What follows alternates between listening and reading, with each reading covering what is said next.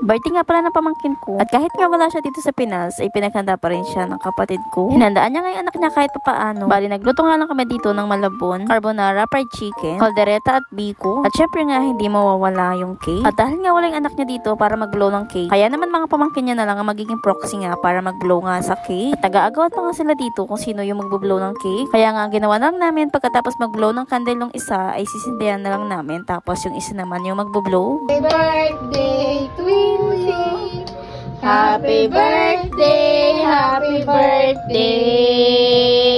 Happy birthday, Henrik. Blow na, blow. Blow.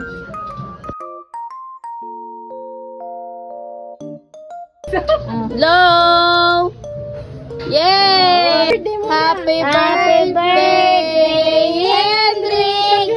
Happy birthday, Henrik. Happy birthday, happy birthday. Happy birthday, Henrik. Oh, blow.